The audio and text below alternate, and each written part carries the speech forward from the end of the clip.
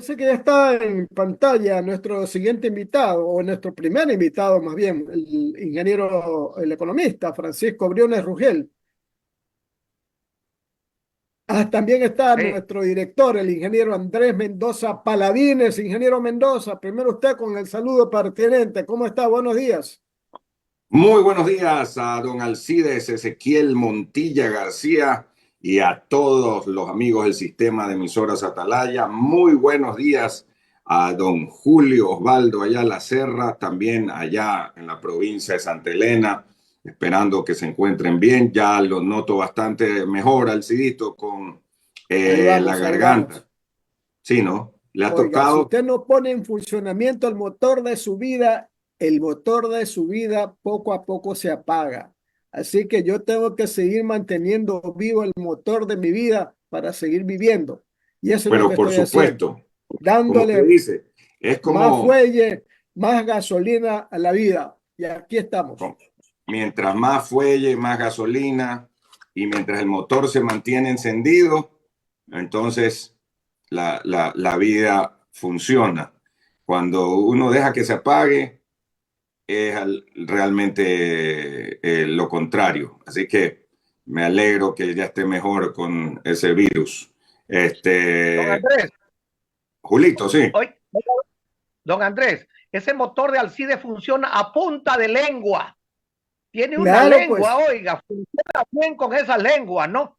Para antes todo era dice punta de esa manos y lengua. dedos cuando escribía, ahora es a punta de lengua porque hablo. Muy bien la ¿Ya vio? relación. ¿Ya vio que es cierto que es a punta de lengua, don Andrés? Ah, o sea que está el hombre. Yeah, es así. Por eso dicen que no, que más pesa la experiencia que la ciencia, ¿no? No es por ciencia, Y, sino por experiencia. Así es. y cuando el poder mengua, buena es la lengua. Exactamente. Muy, muy interesante. Eh, Estamos con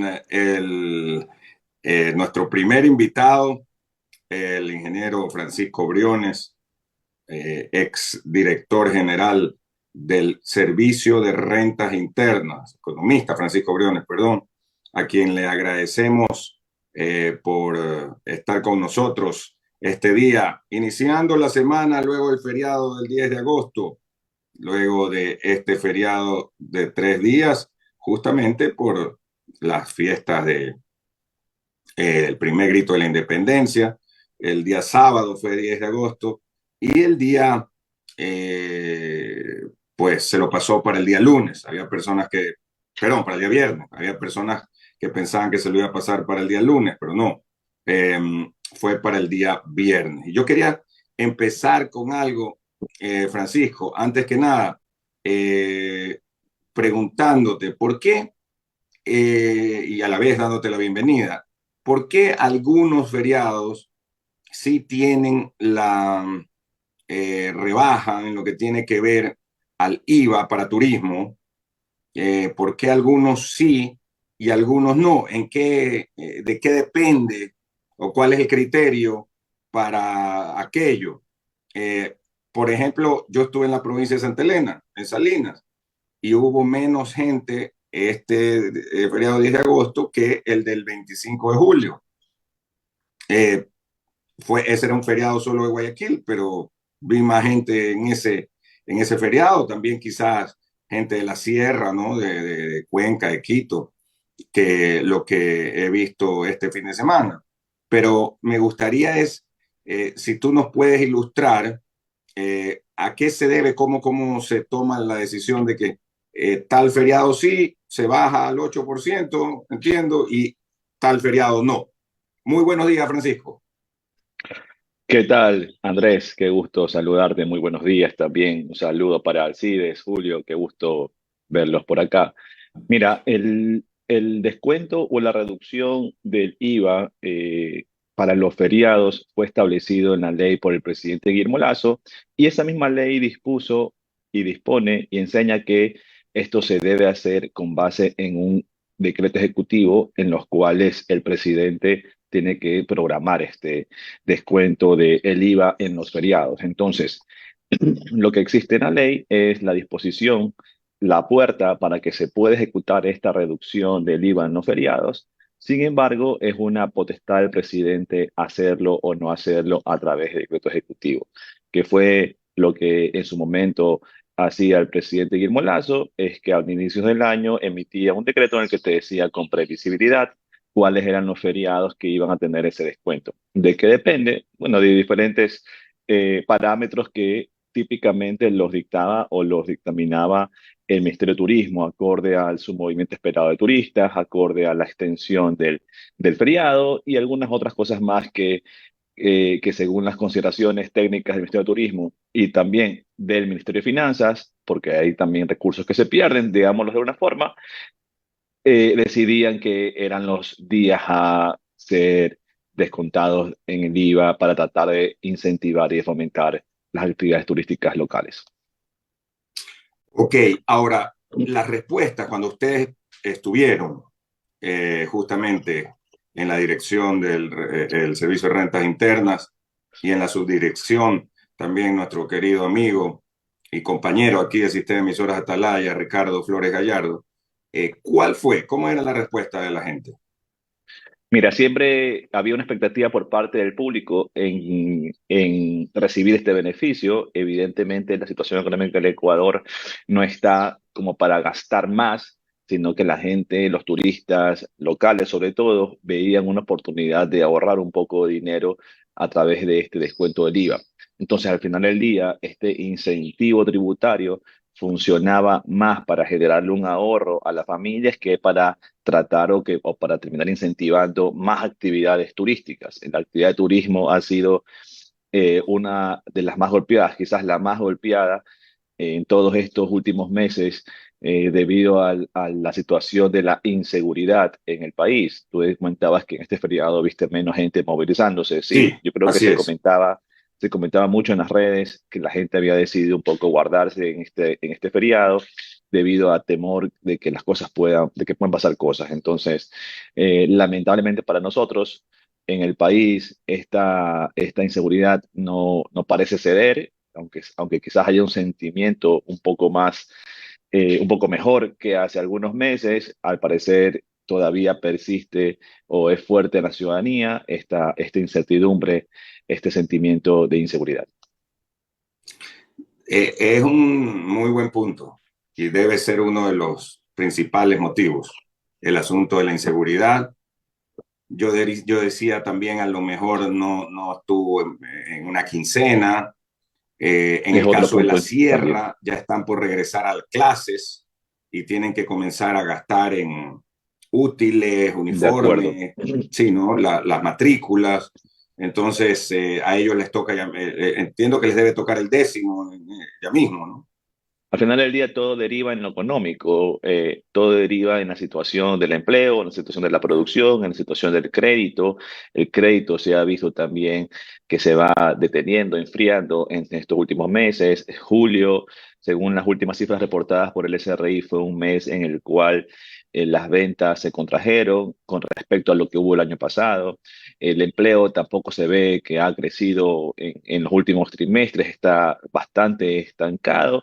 Entonces, hay los temas coyunturales, como tú mencionas muy bien, sobre el tema de las clases, sobre el tema de las quincenas, también definitivamente afecta. Entonces, una serie de situaciones que está atravesando actualmente el Ecuador, las familias ecuatorianas, que no permiten que no solamente el turismo, sino en general todas las actividades económicas se empiecen a dinamizar y eso se ve reflejado en los diferentes indicadores económicos. Definitivamente. Eh, Vamos a ir con las preguntas del licenciado Alcides Ezequiel Montilla y luego del licenciado Julio Osvaldo Ayala. Adelante, Alcidito, 8:46. Francisco, buenos días. ¿Qué tal, Alcides? Sí, usted acaba de ser incorporado a Andersen en Ecuador como socio líder para liderar el área de economía y empresas. Lo felicito. Pero Muchas gracias, mire, Alcides. Un abrazo. hablemos de Paraguay, ¿verdad? Porque usted hizo una referencia en las redes sociales muy breves sobre Paraguay. E investigué que Paraguay ha recibido la certificación internacional de país apto y confiable para las grandes inversiones. Es una cosa excepcional que ya las quisieran otros países como Argentina y también, por supuesto, el Ecuador. Pero háblenos Perdón que como te... conocedor Perdón, lo de la Va, interrumpo un materia como momentito, esta. lo interrumpo un momento, Alcides. Lo interrumpo un momento, porque, a ver si Martín de la Torre nos cierra el micrófono. Tiene abierto el micrófono, Martín. Isaí. A ver, Isaí, tienen abierto el micrófono en la cabina Atalaya, y los estamos escuchando. Ah, oiga, que parece que fuera, se los me está parece. escuchando. Ahí Ya, ya ya hace creo rato. que ya Bueno, se mutió ahí. Ahí estaba ya. ya se muteó. Adelante, Alcidito, ahora Sí, sí. decía Francisco que Paraguay acaba de recibir el certificado internacional de país apto y confiable para las grandes inversiones, ¿verdad? Y decía también que ya Argentina, ya otros países de Sudamérica, inclusive el Ecuador, ya quisieran tener un certificado internacional de país apto y confiable, ¿verdad? Y lo ha hecho Paraguay con una economía como la nuestra y poquito hasta inferior, pero con un crecimiento económico muy confiable en los últimos tiempos.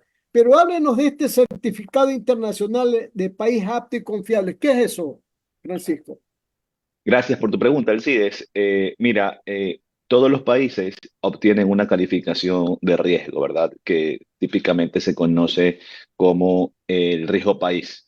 Y el riesgo país lo que te determina, en cierta forma, es un número agregado que muy complejo a veces de estimar o de entender, pero que básicamente lo que te dice, te resume en cierta parte qué tan cumplido es la reputación del Ecuador para proteger las inversiones y cumplir con sus deudas. Entonces, en la medida en la cual esa calificación es buena, tú puedes recibir lo que se denomina un grado de inversión. Entonces, ¿qué es lo que ha pasado en Paraguay? Que ellos consistentemente, debido a la prudencia fiscal, al manejo macroeconómico, al desempeño de su economía, que como tú muy bien dices, no es tan grande como la nuestra, tampoco es tan desarrollada como la nuestra, es una economía bastante pequeña y bastante poco desarrollada, es menos competitivo que el Ecuador, yo diría.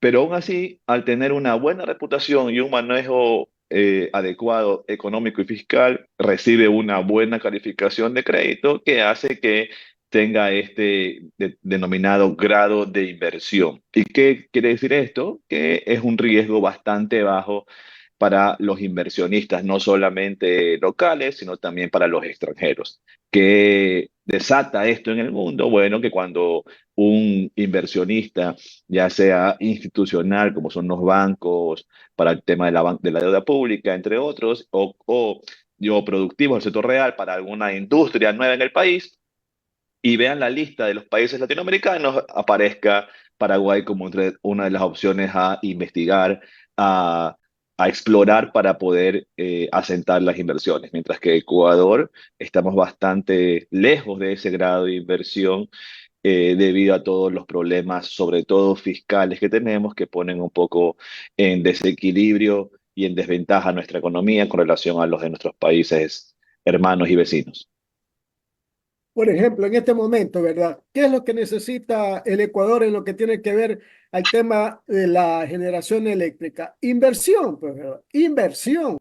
No hay en el Ecuador, a través de su gobierno, no hay la inversión fuerte y la ley no hace una extensión, una cosa mínima, nomás ha permitido con la ley de inversiones en enero que fue aprobada.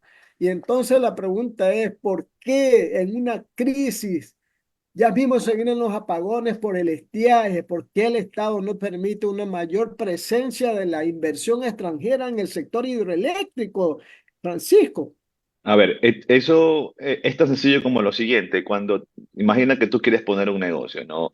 Cualquiera que tú quieras poner, digamos una venta de galletas, venta de ropa, venta de almuerzos o lo que fuera. Lo primero que tú te preguntas es si alguien te lo va a comprar en el mercado, ¿verdad? Tú dices, oye, ¿este producto tiene salida o no tiene salida? Eso creo yo que con la electricidad está claro. Todo el mundo demanda electricidad y es un producto que definitivamente tendrá salida. Lo segundo que te preguntas es oye, y si voy a poder vender este producto y si tiene salida y acogida, demanda, entonces ¿a cuánto lo va a poder vender? Y allí aparece el verdadero problema del sector eléctrico en el Ecuador y que, verdad, no se comenta, no se habla, que es lo que tiene que ver con el precio. ¿Cuál es el problema de fondo? Que al tener el Ecuador un tarifario subsidiado de energía eléctrica que no se ha revisado por mucho tiempo, hace totalmente inconsistente, incompatible cualquier tipo de inversión. Tú conoces que para hacer una inversión de hidroeléctricas, por ejemplo, es una mega inversión.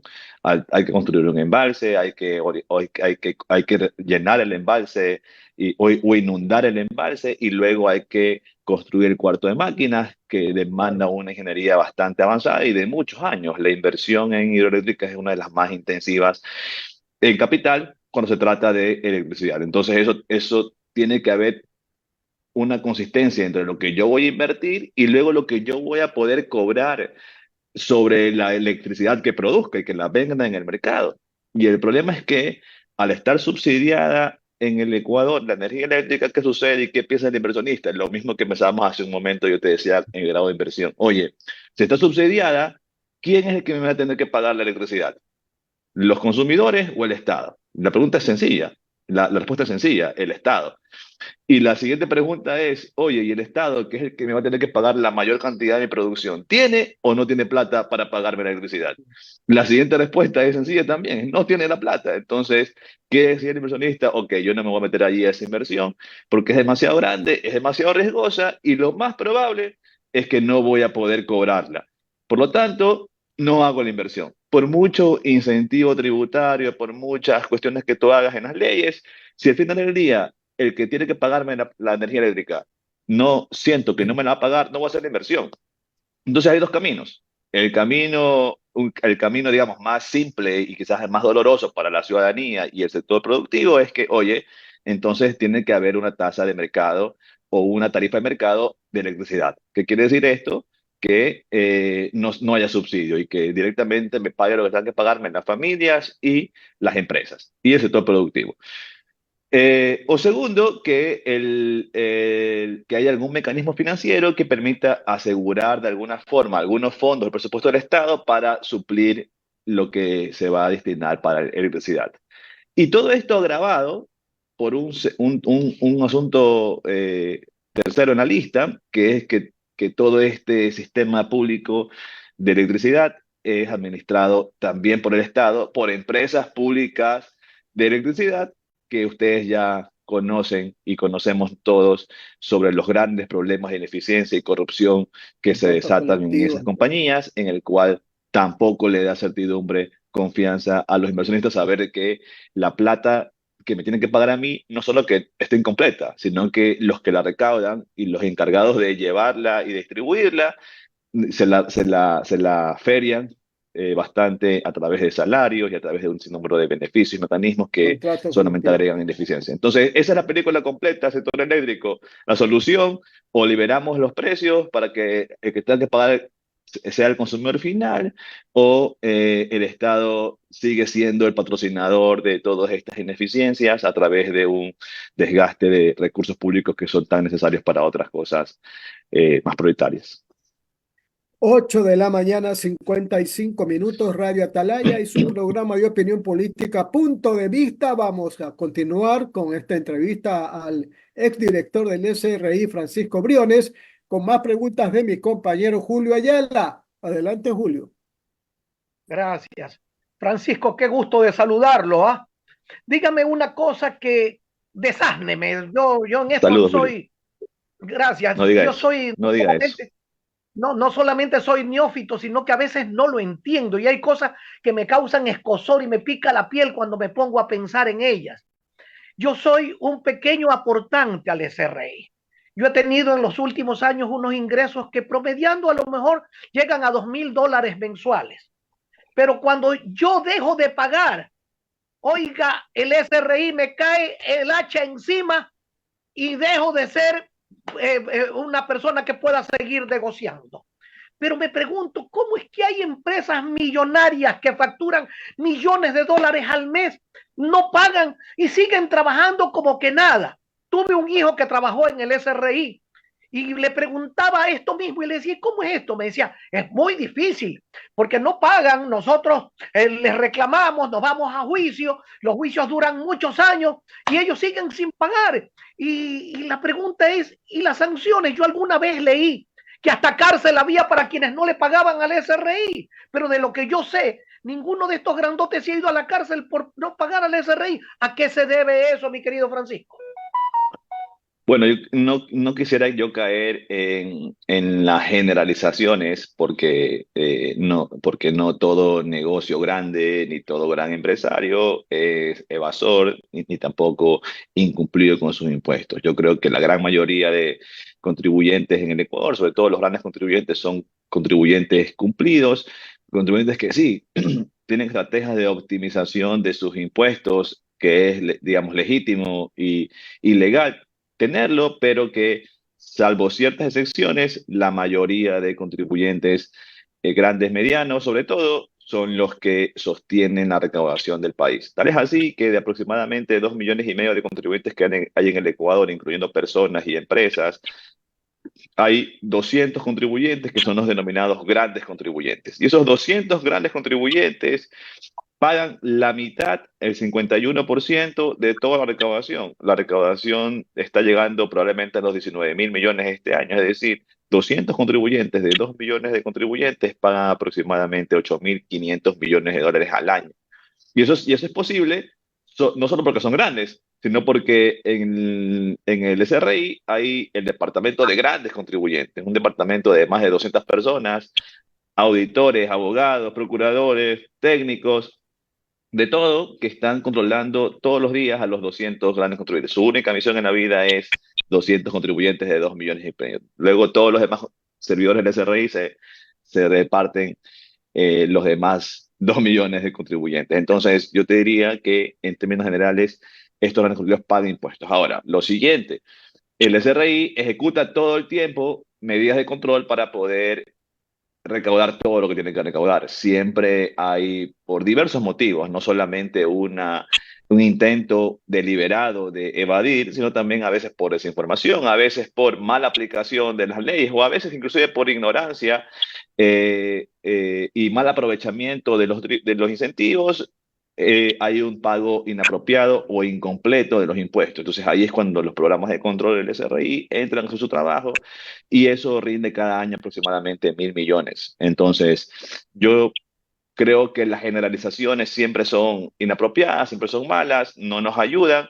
Creo que el SRI hace un trabajo en controlar aproximadamente 1.000 millones, son los que generan de deuda cada año, es decir, que son los que generan de procesos de control de impuestos por pagar a los contribuyentes mediante todas sus auditorías, determinaciones, entre otras cosas, y que luego, evidentemente, la ley faculta a los contribuyentes a defenderse y a ir, digamos, estar en contra de la posición del SRI de cobrar. Entonces, pero creo que todo esto es un proceso, sin lugar a dudas, se puede hacer más.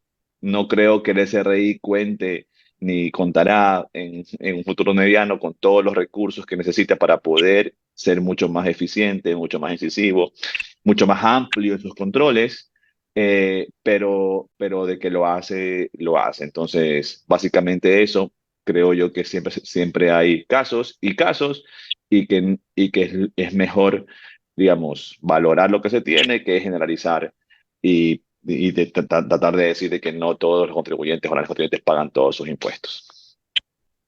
Sí, claro, no, yo estoy totalmente de acuerdo que no son todos los contribuyentes, si no, no hubiera recaudación del SRI. Pero, por ejemplo, me viene a la mente hace algunos años, porque no es cuestión solamente de ahora. Todo el mundo cree que las cosas están pasando solo ahora y no han pasado solo Correcto. ahora, sino que han venido siendo arrastradas a través de la historia de la República. Yo recuerdo una compañía brasileña, la Andrade Gutiérrez, le debía al Estado ecuatoriano como 40 y pico de millones de dólares.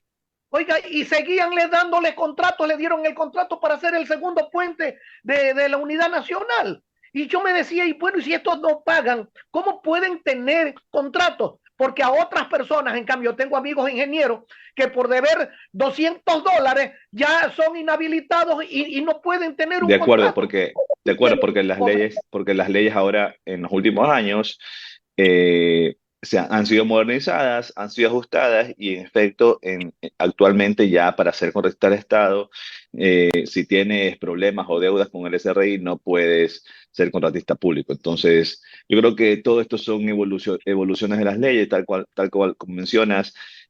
Muchos problemas son históricos y muchos de ellos también, aunque han sido históricos, se han ido solventando, solucionando en el camino. Evidentemente no todos, siempre hay espacios, zonas grises u oscuros en las leyes que se escapan, digamos, al conocimiento del legislador, del regulador, del controlador, pero en todo caso se van haciendo los esfuerzos para ir procurando mayor veracidad. Al final del día yo creo que todos estamos en la misma vereda, todos estamos buscando lo mismo con diferentes estrategias, pero al final del día en pro de la veracidad, en pro de una recaudación eficiente y en pro de una política tributaria que no solamente esté enfocado en extraer recursos de los contribuyentes, sino también en propiciar y promover el desarrollo productivo, ¿no? No vaya a ser, como suele pasar en algunas ocasiones, que por sacarle los recursos a los contribuyentes para tenerlos el Estado, se deja sin recursos para las familias y para la generación de empleo por el otro, ¿no? Entonces, es importante mantener el equilibrio en ese sentido en la política tributaria. Francisco, usted en muy breves palabras, ¿cree que ahora el SRI está mejor que antes, que está cada día evolucionando positivamente? Porque hay cambios para mal y hay cambios para bien. Ahora el cambio que se está dando es para bien. Yo creo que el SRI es una de las instituciones públicas con mayor institucionalidad, con mayor fortaleza institucional. Siempre hay elementos malos, siempre hay sus excepciones de gente que va en contra y que rema en contra de los intereses del Estado o de la institución, pero en general es una buena institución y creo que gracias al personal interno, a los funcionarios públicos de carrera, que son muy técnicos, la mayoría de ellos, creo que es una institución que siempre está avanzando, siempre está mejorando. Como usted dice, en algunos aspectos se puede sentir a veces, dependiendo de los gustos o de las estrategias personales de las autoridades, que se retrocede o se avanza, pero yo te digo que en general, en términos agregados, yo siempre veo que el servicio de renta interna ha venido evolucionando bastante en los últimos años. Yo creo que desde que inició este proceso la señora Elsa de Mena con la transformación de la Dirección General de Impuestos al Servicio de Rentas Internas, yo creo que ha sido un evolucionar constante que ha tenido la institución. Gracias, don Andrés Mendoza y Paladines. Por favor, continúe con el diálogo. Muchas gracias, Julito. Y yo quiero sumarme para felicitarlo a Francisco por la designación como socio y miembro pues principal de Andersen aquí en el Ecuador. Así es que felicitaciones, Francisco. Y oiga, gracias, una vez, como una de sus primeras acciones, para que disponga que la ingeniera Noemí Ceballos le bajen la carga de trabajo y pueda volver al programa Punto de Vista. Ya voy a hablar. Los oyentes y las oyentes nos preguntan. Ya le voy a decir que ha pasado, que tienen aquí esperando a todos los amigos panelistas y a los oyentes de Atalaya. No puede ser posible eso de allí. Exacto. Dice, es que ha aumentado el trabajo muchísimo. También alguien había salido. Son excusas eso. Ya le voy a decir que se deje que vaya media hora menos al gimnasio para estar media hora aquí en el programa. Media hora menos de CrossFit. Eso. Yo también dejé de entrenar hoy día para estar aquí con ustedes. Así hay que hacer esfuerzos. Hay que hacer esfuerzos. Una gran idea, oiga. Vea, usted es un hombre práctico y como que dice, va directo a los puntos sobre las IE.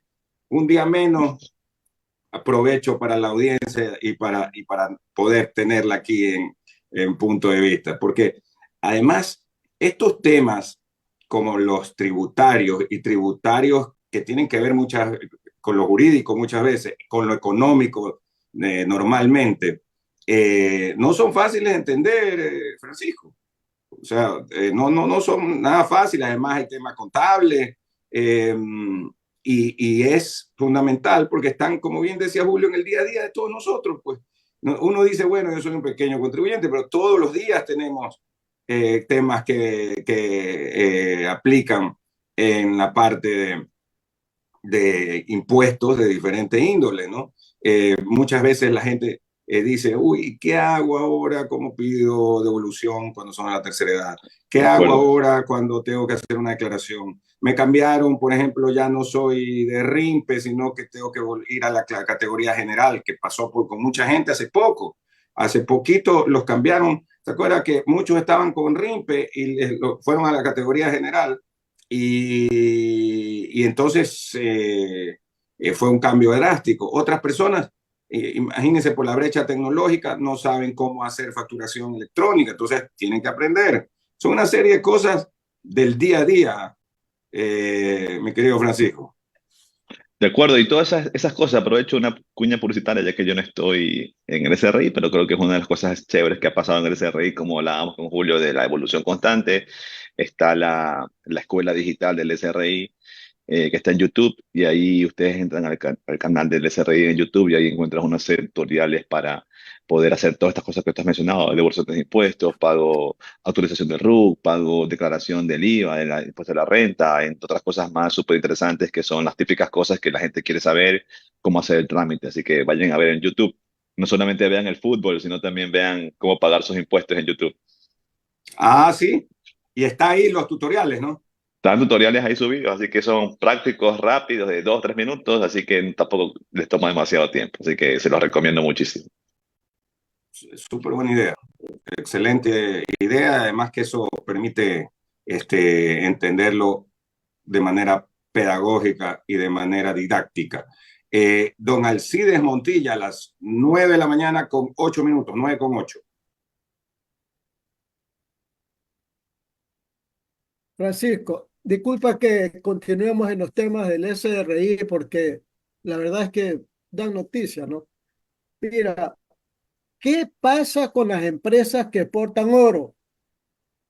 El año pasado se nombra a una empresa, Sul Metal, que exportó en 7 meses 100 millones de dólares y pagó casi $170.000 en impuestos en ese año, que es como 6 veces menor de lo que pagan las compañías tradicionales mineras con experiencia en el área, ¿verdad?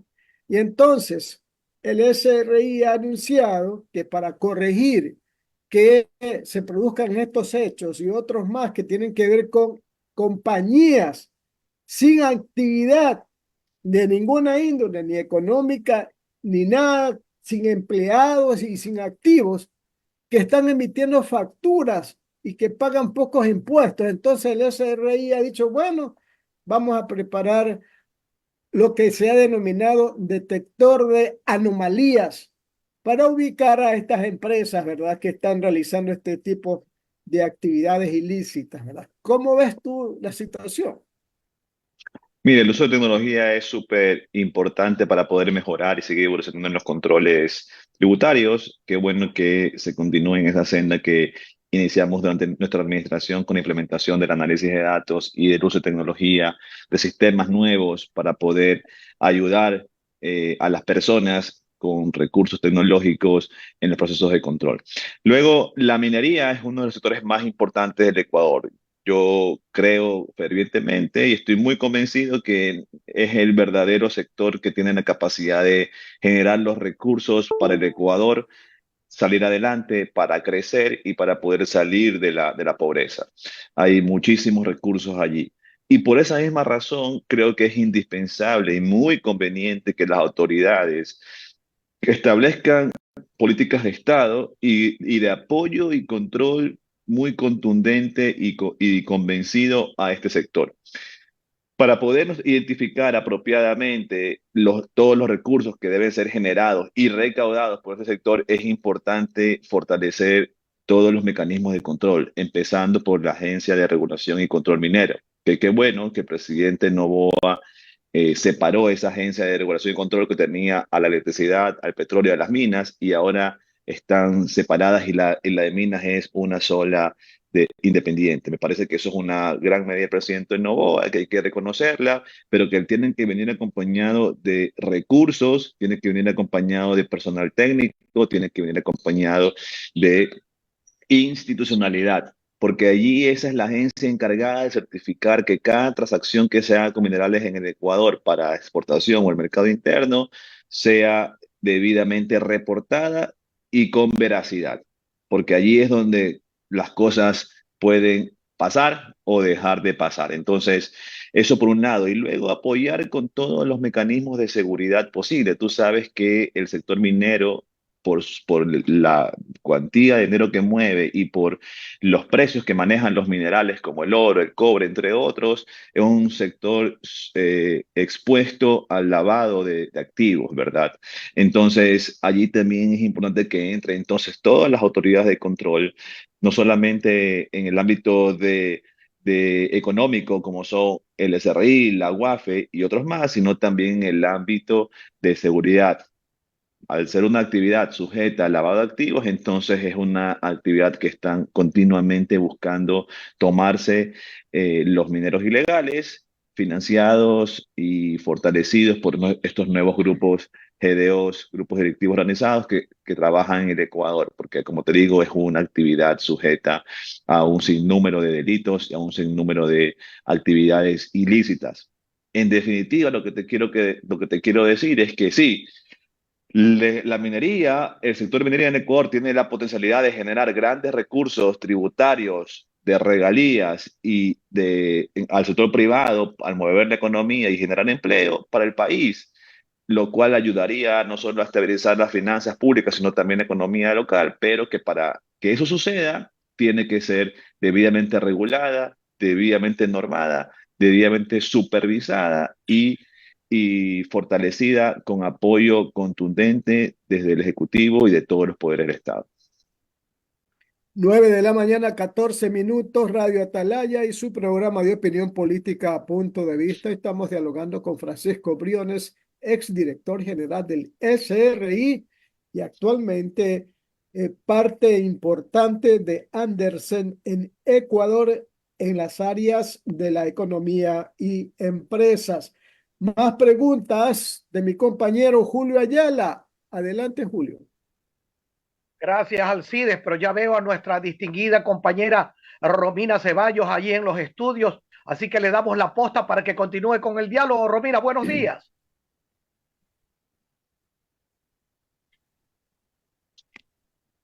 No estás en el audio, Romina. No se le escucha a Romina. Oh, hola, hola. Ahí Ahora sí, estás. ahora sí. Adelante, Buenos, Romina. buenos días, Julio, Alcides, Andrés y a nuestro invitado. Yo acabo de llegar, me incorporo, así que le doy la posta a Julio para poder seguir escuchando un poco más y no repetir tal vez alguna pregunta. Muy bien, Romina. Francisco, dígame una cosa, hablando de minería, este es otro tema que a mí me preocupa extraordinariamente. Se ha dicho que el potencial de la minería en el Ecuador es extraordinario, que tenemos reservas de oro, de cobre, de plata, pero extraordinarias. Y ya se han dado concesiones mineras que están sacando fuera del país tierra con minerales, pero no se sabe qué cantidad de oro, de cobre, de plata va en esa tierra. Dicen por ahí que hay unos fiscalizadores que ellos cogen muestras y saben, pero nosotros no sabemos. ¿Por qué razón? ¿Por qué razón usted como economista, ya no como director del SRI, sino como ex director del SRI, sino como economista? ¿Por qué razón cuando damos estos contratos a grandes mineras no les exigimos, por ejemplo, que procesen aquí esa tierra con minerales para saber exactamente qué es lo que sacan de oro, de cobre, de plata, y la entregamos así la tierra para que se vaya y no sabemos qué es realmente lo que se está llevando? Bueno, en primer lugar es exactamente lo que yo acababa de mencionar, de la importancia de la Agencia de Regulación Minera. La Agencia de Regulación Minera es la llamada a verificar y a contrastar que lo que estén reportando las empresas mineras de todo tipo en cuanto a su producción tenga trazabilidad, es decir, que porque en principio este reporte, la cantidad de minerales explotados en el país, es reportada en cada instancia de la cadena hasta llegar a la exportación. Entonces es reportado al salir de la mina, es reportado luego en el transporte, es reportado luego al llegar al puerto y es reportado luego al embarcar para hacer la exportación que usted menciona. Entonces, lo que tiene que asegurarse el Estado es que esos reportes sean el apropiado. Y para eso es indispensable el fortalecimiento de la Agencia de Regulación Minera, que es donde se debe procurar que haya la menor cantidad de corrupción posible para que haya el menor espacio posible para este tipo de prácticas como lo que usted menciona, en el cual dice, con la excusa de que estoy exportando no el mineral refinado o en lingotes o como fuere que se lo vaya a exportar, sino que lo estoy exportando como material primario digamos, contaminado todavía con tierra, por ejemplo, entonces te reporto menos de lo que realmente estoy haciendo. Entonces, ahí es cuando es vital el rol de la agencia de regulación que yo decía y que aplaudía que el presidente Noboa, perdón, haya independizado esa agencia de las otras agencias energéticas, pero que no solamente se trata de eso, ese es el primer paso y está muy bien, sino también de asegurarse de que la agencia esté plenamente capacitada y plenamente fortalecida. Ya se imaginarán ustedes que tal cual la gran mayoría de instituciones públicas, en la agencia no se cuentan con los recursos humanos, tecnológicos, técnicos completos o como se debería para manejar este gran potencial minero que usted menciona. Y esto que solamente tenemos 2 o 3 grandes proyectos mineros de gran minería en producción. En los próximos años se vendrán muchos proyectos de gran minería, para lo cual es indispensable estar listos. Solo de esa forma lograremos de que todas estas compañías, al menos tener la certeza de que todas estas compañías estén pagando lo que tienen que pagar en cuanto a impuestos. Y no solo eso, sino también en cuanto a regalías. Entonces, no es un tema contractual porque todas las compañías del Ecuador están sujetas a la normativa legal ecuatoriano y el marco jurídico ecuatoriano, es decir, al cumplimiento de impuestos, al cumplimiento de obligaciones, al cumplimiento ambiental, al cumplimiento laboral, al cumplimiento de todo tipo. Lo que tiene que ser fortalecido no solo es el tema contractual, sino más bien todo el sistema de control y de supervisión, y eso es a través del fortalecimiento de las instituciones. Francisco, hace algunos años ya se viene hablando del contrabando de oro en el Ecuador. Hace poco tiempo salió que China había recibido 800 millones de dólares en oro del Ecuador, pero en el Ecuador solamente se registraban 500 millones que habían salido. Hay una diferencia de 300 millones de dólares que, bueno, China no tiene por qué mentir, entonces sí han salido esos 800. ¿Qué se hace en esos casos, Francisco, en el SRI? Bueno, hay diferentes mecanismos. Uno de ellos es un mecanismo de control para verificar que haya sido pagado efectivamente el impuesto, pero aquí es importante decir lo siguiente. En el sector minero no solamente se pagan o se recaudan impuestos, los regularmente conocidos como el impuesto a la renta y el impuesto al valor agregado, que serían quizás lo más cercano y pagados por el sector minero, sino también las regalías mineras. Entonces, esas regalías mineras son las que tienen que ser debidamente controladas y que se pagan en función de lo que declaran las empresas que hacen la exportación en el Ecuador. Pero cuando ese certificado de exportación o del valor o de la cantidad de mineral que se exportó es coincidente con y es ratificado y certificado por la agencia de regulación, entonces las agencias de control no pueden hacer nada. ¿Sí me explico? Entonces, si la agencia de regulación te dice, no, sí, yo apruebo de que Alcides y Julio exportaron esta cantidad, que en verdad fue más, yo como autoridad de control, cualquiera que sea, no puedo contradecir a la empresa eso, decirle, no, yo creo que usted exportó más, porque ya ellos me van a mostrar, oye, aquí está el certificado de la agencia de regulación diciendo que yo exporté esto. Entonces, al final del día es un sistema que yo vuelvo y repito, tiene que ser fortalecido y asegurarse que cuente con la tecnología más avanzada posible para evitar este tipo de desinformación, por decirlo menos, y de corrupción que sin lugar a dudas existe en este sector, como te decía, que está susceptible de actividades ilícitas y está susceptible de de corrupción debido a las grandes cantidades de dinero que se manejan. Gracias, Francisco. Dice un viejo rango que lo uña. Cuando no hay corrupción, la plata alcanza. Romina, le veo que está haciendo usted un banco de preguntas, así que por favor, ahora sí continúe con el diálogo. Julio, estamos con el tiempo, sí. Mi querido Julio. Son las 9:22. Me disculpan, pero ya está listo nuestro próximo invitado. Así es que vamos a dejar a nuestra compañera, la máster Romina Ceballos, para el próximo, pues ya con nuestro siguiente invitado, el precandidato presidencial, el doctor José Serrano, que será nuestro próximo invitado. Francisco, muchísimas gracias por estar con nosotros. Que tengas gracias a ustedes. Buenos días. Gracias a ustedes, muy buen día. De Atalaya, un abrazo. Y que tenga buena semana. Igualmente, bye bye. Gracias. Nos vamos a ir a la pausa comercial.